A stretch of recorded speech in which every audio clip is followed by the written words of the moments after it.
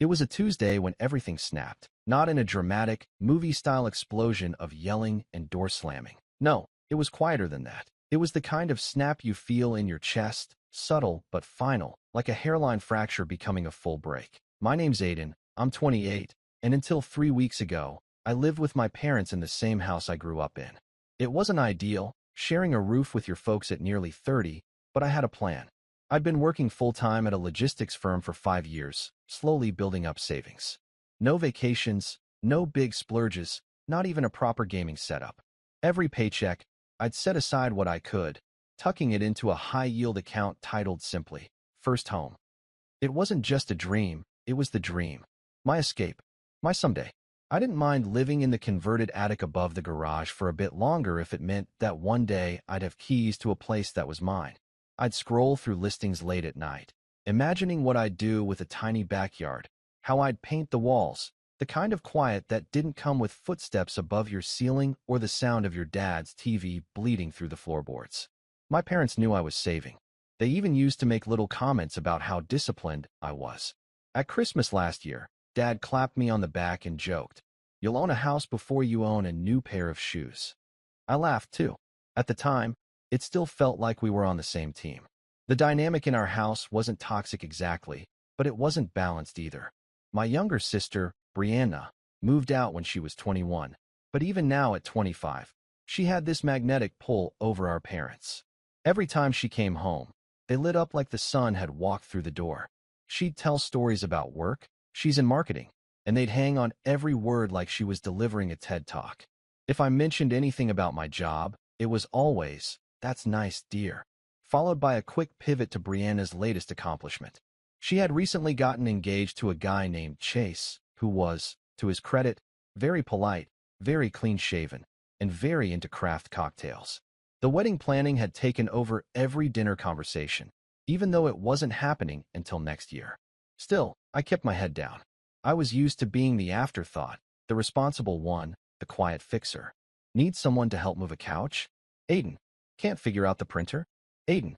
Someone has to wait at home for the new dishwasher delivery? Aiden again. I didn't complain. It felt like part of the deal. Live at home, help out, keep saving. I thought we had an understanding. But over the past couple of months, I noticed things were shifting. Strange comments. Questions about my savings that didn't feel like idle curiosity. One night over dinner, Mom casually asked, "How much do you have saved now? You must be close to a down payment, right?" I remember feeling a jolt in my chest, like I'd just been called on in class and hadn't studied.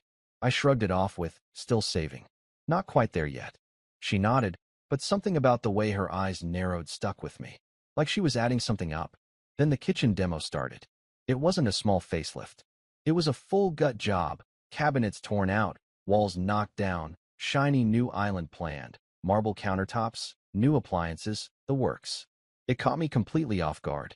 My parents had always been practical, borderline stingy. The stove we'd had since I was 10 still had one burner that only worked if you smacked it just right.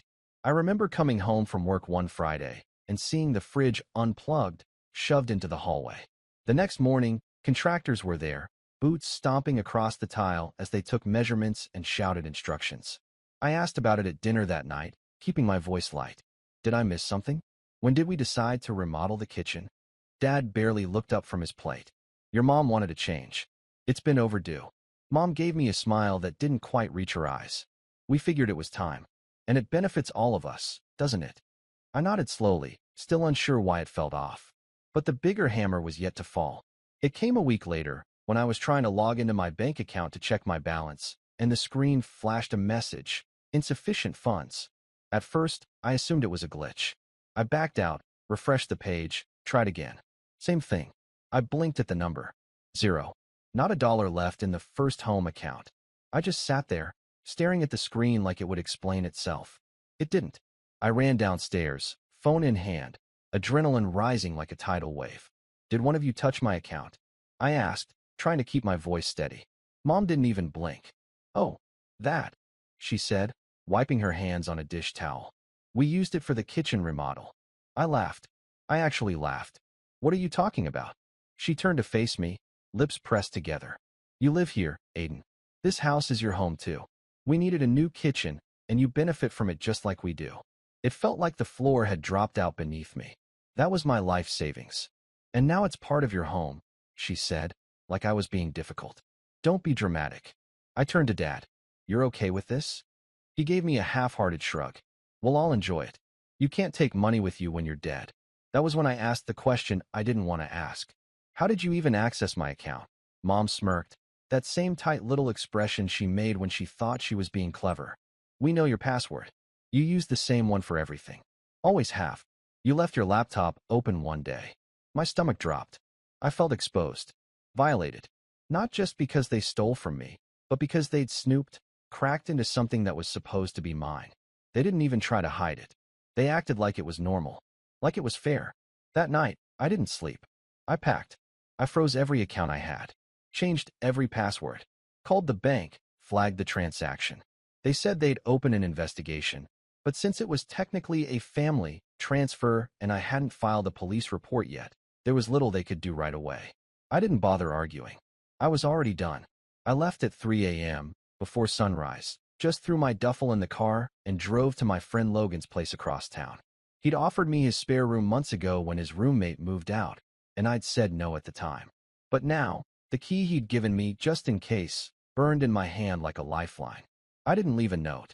The next morning, my phone was lighting up, texts from Mom like nothing happened. The contractor is coming at 10.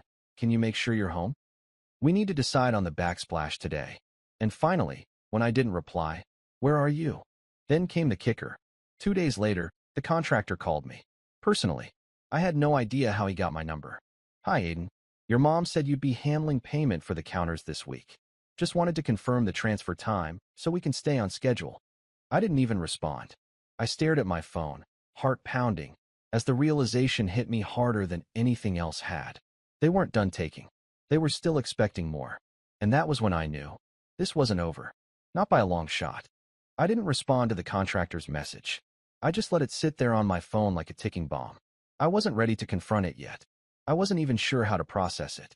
The idea that my own parents had drained my account was bad enough, but that they'd just keep passing along invoices as if I was their personal bank? That made something in me crack. Logan noticed it that morning. We were sitting in his kitchen, sipping coffee. Or, rather, he was sipping. I was just holding the mug, staring at it like it might have answers. You all right? He asked, cautiously. He wasn't the type to pry, but Logan and I had been friends since college. He knew my moods like clockwork. They used my savings for the kitchen remodel, I said. My voice came out flat, like I was reporting the weather. All of it. Every dollar. Logan blinked. What? Your parents? I nodded. But didn't you say that was for your house? I gave a weak laugh. Yeah, that's what I said too. He set his mug down. Tell me you're joking. I wish I was. Logan didn't say anything for a minute. He just sat back in his chair, jaw tight. Dude, that's theft. Yeah, well, I muttered. They're calling it a family investment. He looked at me, eyebrows raised. You call the cops yet? I shook my head. Not yet. Trying to figure out if I can even prove it. Logan didn't pressure me. He just said, well, you're not paying that contractor. And you're staying here as long as you need, all right. I nodded, and for the first time in days, I felt like someone was actually on my side. The following week was radio silence from my parents. At first, I thought they were finally realizing I wasn't coming back. That maybe they were feeling some sliver of remorse. But then Brianna called. Aiden, what is going on? She asked, her voice dripping with annoyance instead of concern. Excuse me. Mom and Dad are freaking out. Contractors are threatening to walk off the job. They said you ghosted them. Why are you making this such a big deal? I felt my fingers curl into a fist. They stole my savings, Bri. That's why. Oh my God, she groaned. You're still on about that? I blinked. Still? It happened last week. She scoffed. You live in the house. You use the kitchen. Why are you acting like they robbed a stranger? I took a deep breath. Because they did rob someone. Me. She didn't reply immediately. When she did, it was with that voice she always used when she wanted to feel smarter than everyone else. You're being petty. They raised you. They supported you. You owed them something anyway. That line hit like a slap. I owed them. They had siphoned off my future and called it a debt I owed. Something in me flipped hard. Tell you what, Bri, you can pay the next invoice. You still use the kitchen too, right? She went quiet for a beat, then muttered, I don't have that kind of money. Neither do I said, and hung up. For a while, I tried to go back to normal. I focused on work. Logan kept me company, but my thoughts kept circling the same drain. The sense of violation. The casual way they'd taken everything from me. It wasn't even about the money anymore. It was about the message underneath it. You don't matter as much as we do. Then I heard from Aunt Denise. She called out of the blue, which was unusual. She only ever called for holidays or funerals. I almost didn't answer, but curiosity got the better of me. Aiden, honey, I just wanted to check in on you, she said, her voice unusually gentle. I hesitated. Why? Well, she sighed. Your mom's been calling everyone. She says you abandoned the family and left them in the middle of a remodel. Said you took off without warning, and now she's stuck with unpaid bills. I felt my blood boil.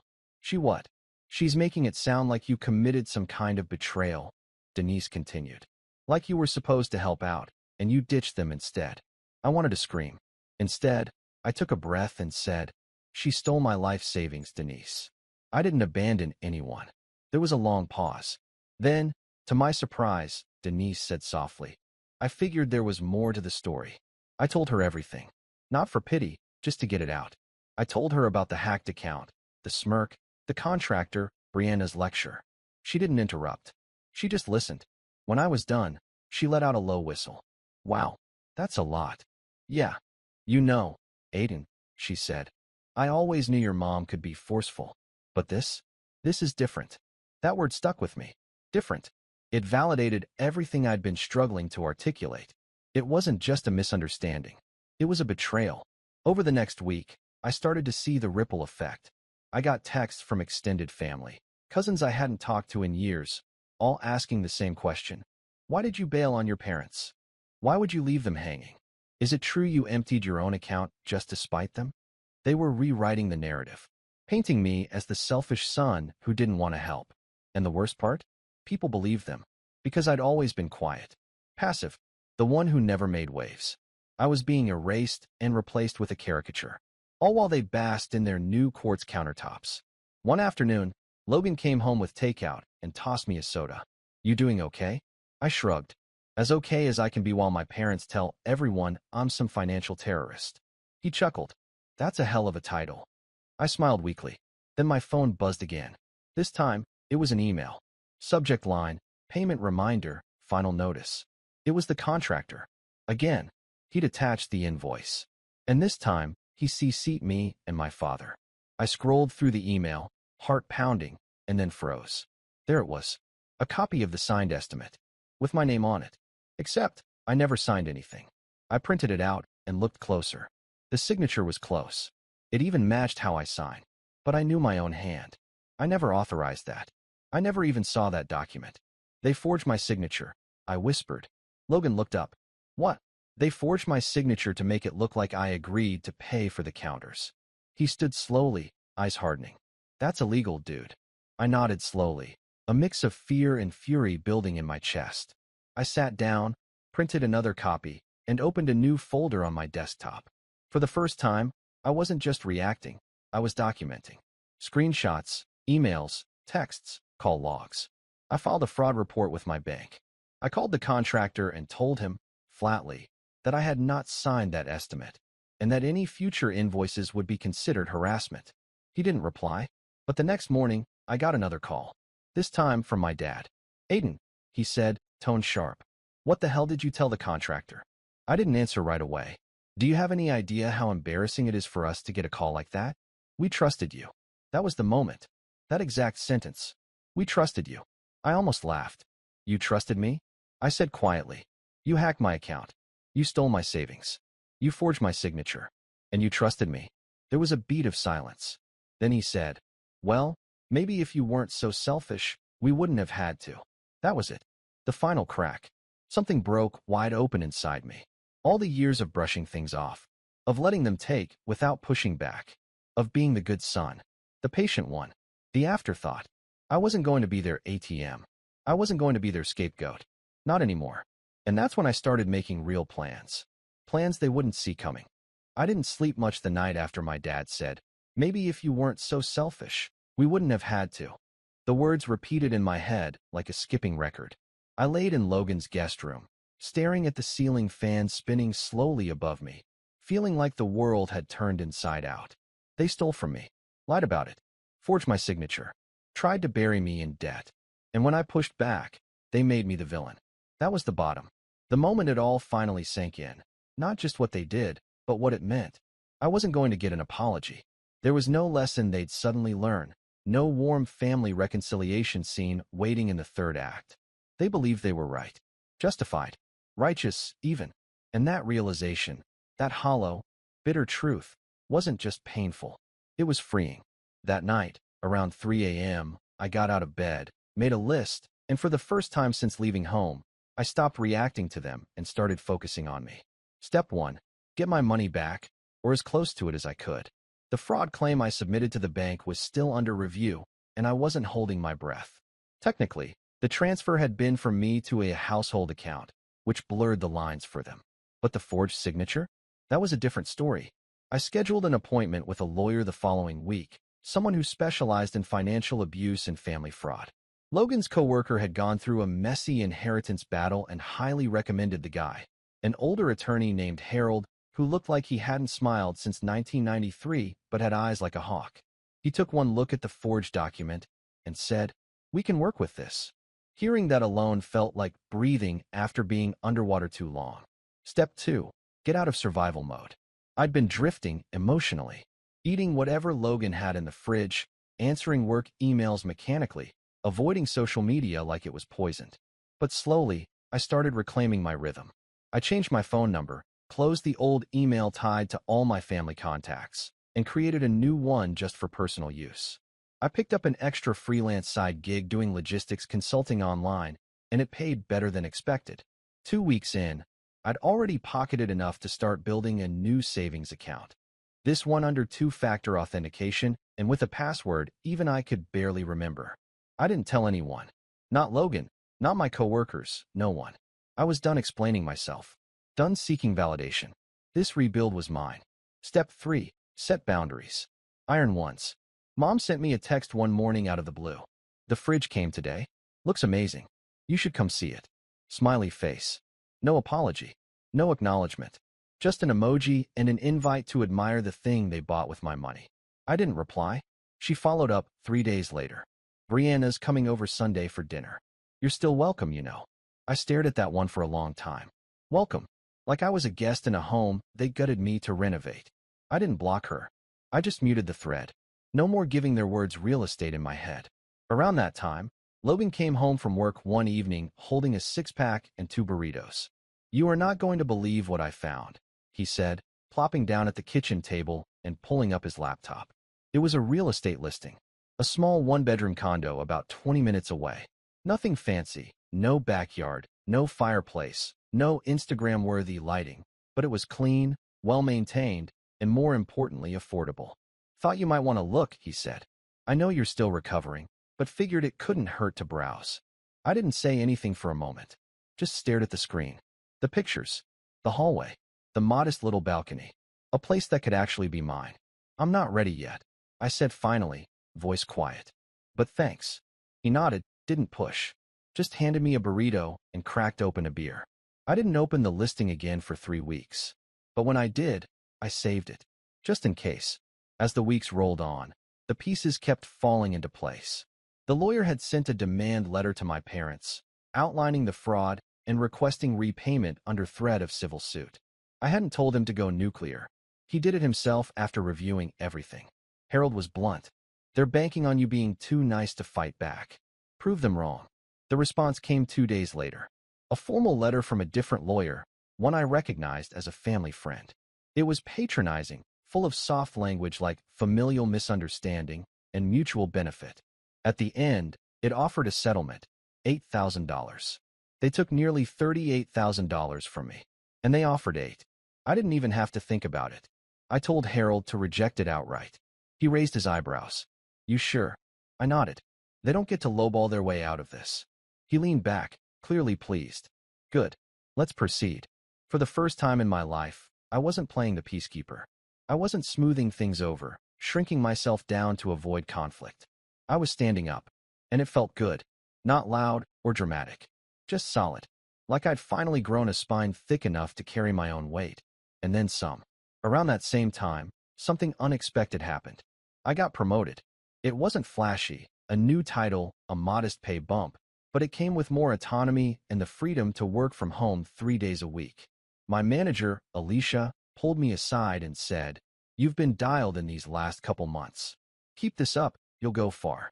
I didn't tell her what fueled it. That every spreadsheet I crushed, every client I impressed, was powered by the anger and betrayal I'd swallowed like fire. I just thanked her and took the win. I used the bonus to finally buy something for myself. A desk. A real one. Not a hand-me-down. Not a folding table. A sleek, walnut L-shaped desk that made Logan whistle when he saw it. Damn, that's the kind of desk a CEO dies behind. We laughed, but part of me didn't laugh. Part of me looked at that desk and thought, yeah, one day maybe. Not long after, I ran into Brianna. Total accident. She was at a local cafe with her fiancé Chase, and I had stopped in to grab a coffee after a meeting. I almost turned around when I saw them, but it was too late. She'd already spotted me. "Aiden," she called, waving like we were long-lost siblings. I gave a polite nod, hoping she'd leave it at that. She didn't. She came over, full smile on her face. "You've been ignoring my texts." I shrugged. "Been busy." She clicked her tongue. "Well, you look good, at least. Better than I expected." "What's that supposed to mean?" She laughed, like it was a joke. "Just, after the whole tantrum." There it was. That word. I looked at her, really looked at her, and realized something. She still didn't get it. "You think I had a tantrum?" I asked quietly. She blinked. "Well, yeah. I mean, come on, Aiden. You disappeared. You made Mom cry. You lawyered up. They stole my savings." "It wasn't like that. They forged my signature." Brianna shifted uncomfortably. "They just didn't know how else to ask for help." I smiled, cold and small. "Funny. I don't remember them asking." She didn't have a comeback. I finished my coffee and left. Didn't even look back. It was the first time I walked away from her without carrying a backpack of guilt. And it felt like flying. I went home that night. Logan's home, still technically, but it felt like mine now too, and sat at my new desk. Pulled up the saved real estate listing. It was still available. The price had dropped by $2,000. I stared at it for a long time, heart thudding. Then I opened a new tab. Mortgage calculator. I was getting close.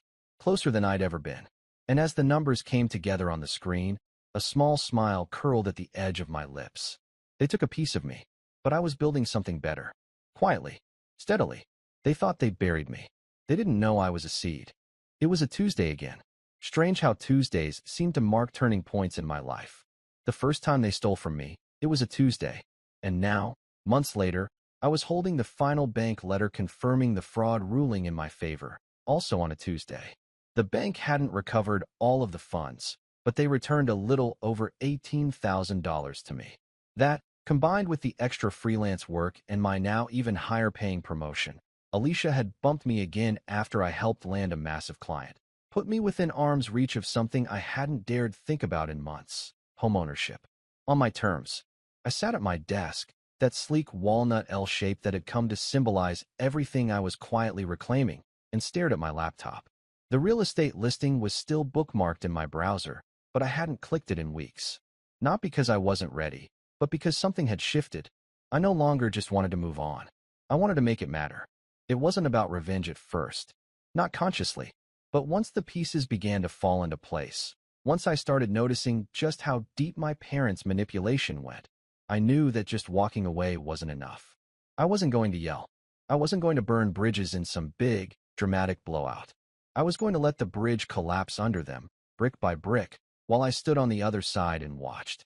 Because here's what I discovered during my quiet rebuild: there were cracks in their house. And I'm not just talking about the kitchen. I'd been out of their home for nearly 4 months now.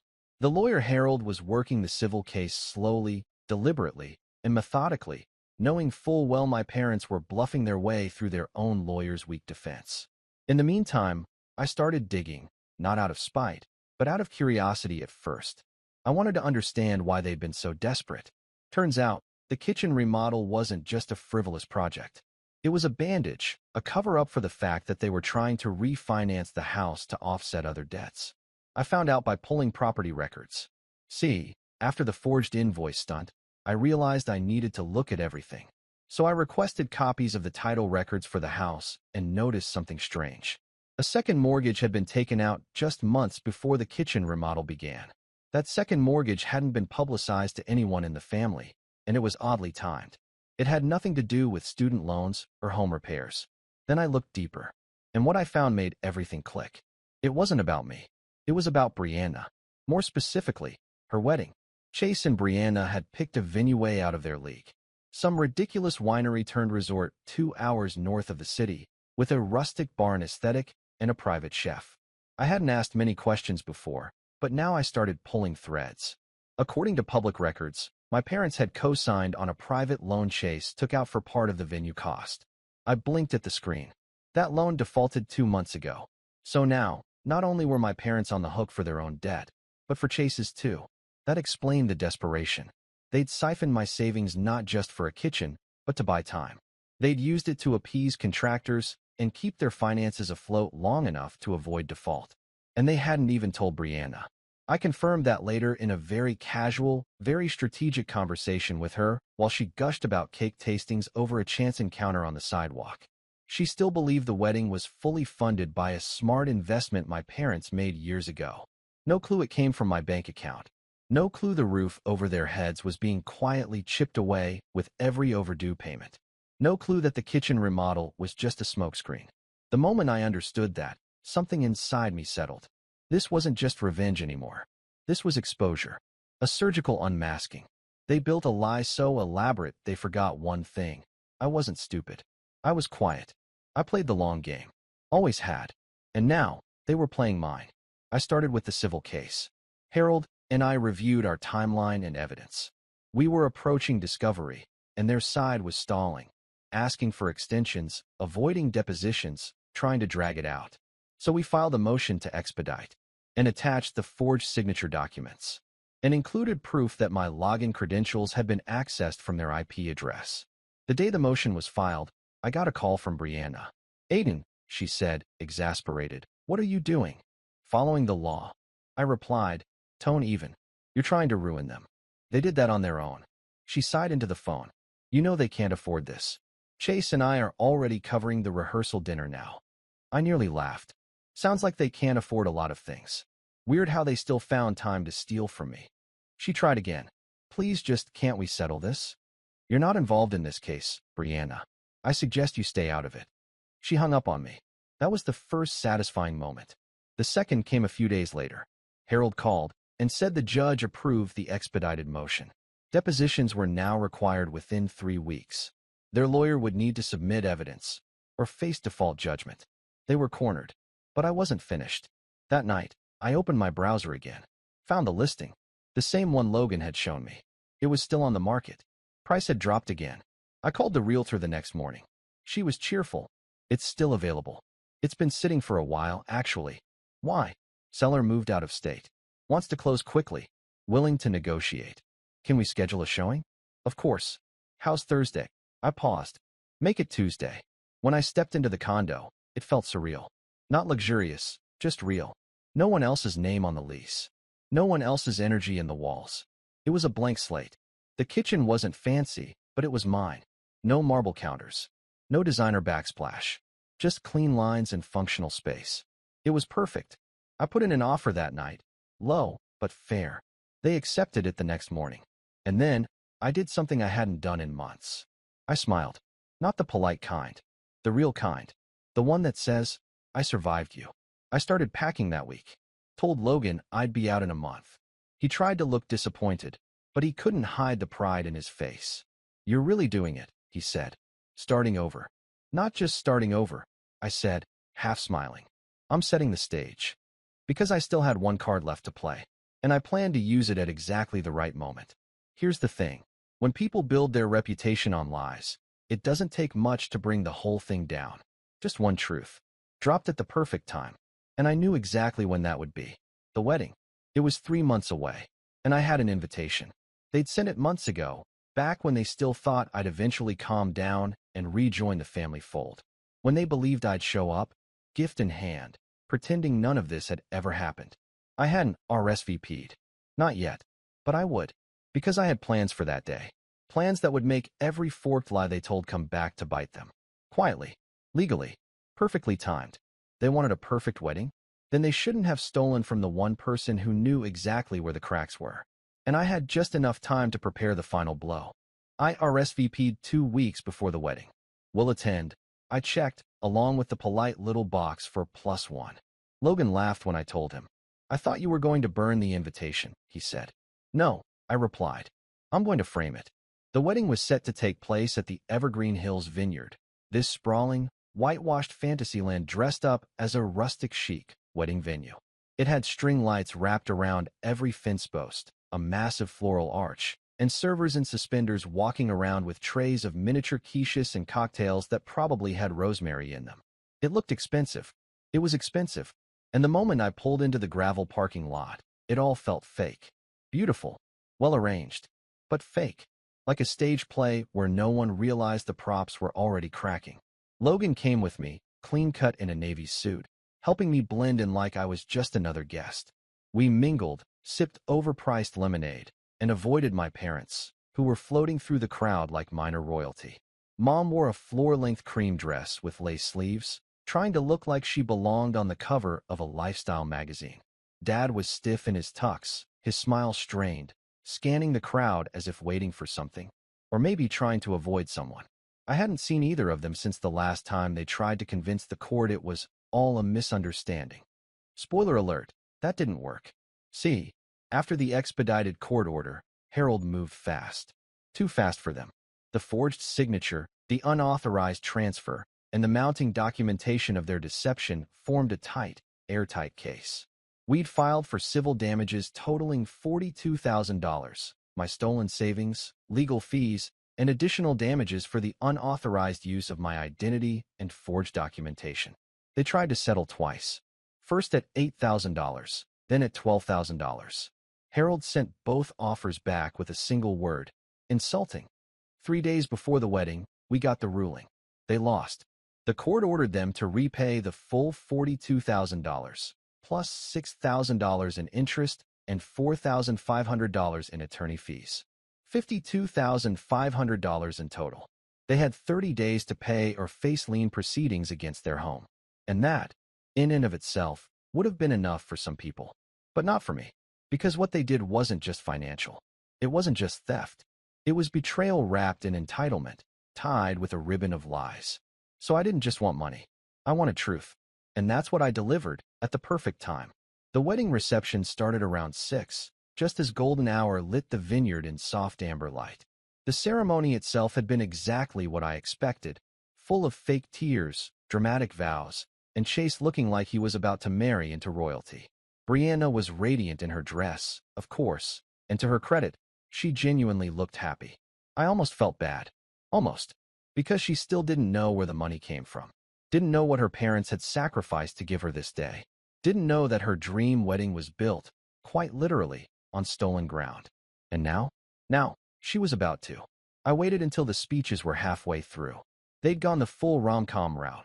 Best man jokes, teary toasts, a slideshow of their engagement trip to Spain. Then the mic passed to my dad. He stood up, glass in hand, beaming. Family and friends, he began. Thank you all for being here to celebrate this incredible moment. Brianna, our beautiful daughter, has always been the light of our lives. He went on for a while, bragging about her job, her ambition, the way she deserved every ounce of joy. He even made a joke about Chase being lucky to have her. And then, as if on cue, he added, "This wedding has been a labor of love, and we were more than happy to contribute everything we could to make it happen." He looked proud, triumphant. And that's when I stood. Logan looked at me once, gave a short nod. I walked calmly to the back of the room, where a small projector had been set up for the slideshow. The wedding planner, flustered, whispered, "Excuse me, that's off limits." I smiled. "It's all right. I'm family." And then I hit play. The screen blinked to life again. But this time, it wasn't photos of Brianna and Chase at the beach. It was a single document.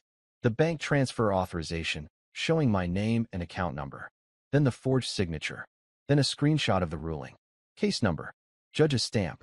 $52,500 owed in damages. Gasps rippled through the room like a wave. My parents froze. Brianna's jaw dropped. What is this? Someone whispered. I stepped forward, microphone in hand now. Calm. Clear. That, I said, gesturing to the screen, is how this wedding was paid for. The silence was immediate and suffocating. My parents, I continued, voice even, emptied my savings account, money I'd been building for 5 years, to help cover the costs of this venue, this food, that wine you're drinking. They forged my signature on an estimate and lied to contractors. They stole from their own son. I let that settle in the air like dust. They said it was a family contribution. They called me selfish for objecting. And when I took them to court, they lied again. I turned to Brianna, who was staring at me like she'd seen a ghost. You didn't know? I believe that. But now you do.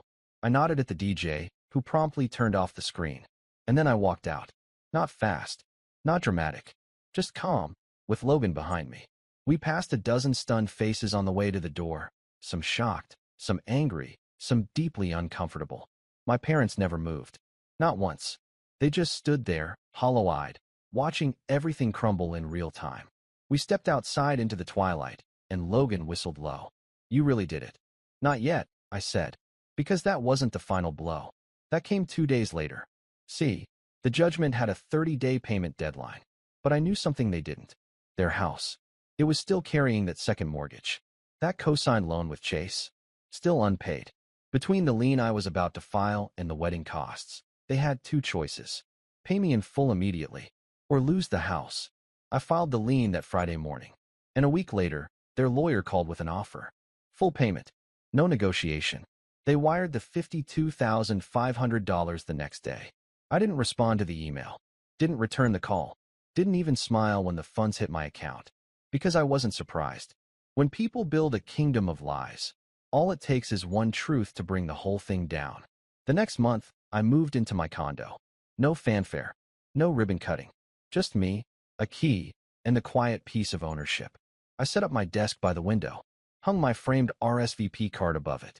Sometimes I look at it and remember how it all began. And sometimes, when I'm sipping coffee on my balcony, I wonder what they tell people now. But I don't really care. Because I'm done living in their version of the story. This one's mine now. And I ended it on my terms.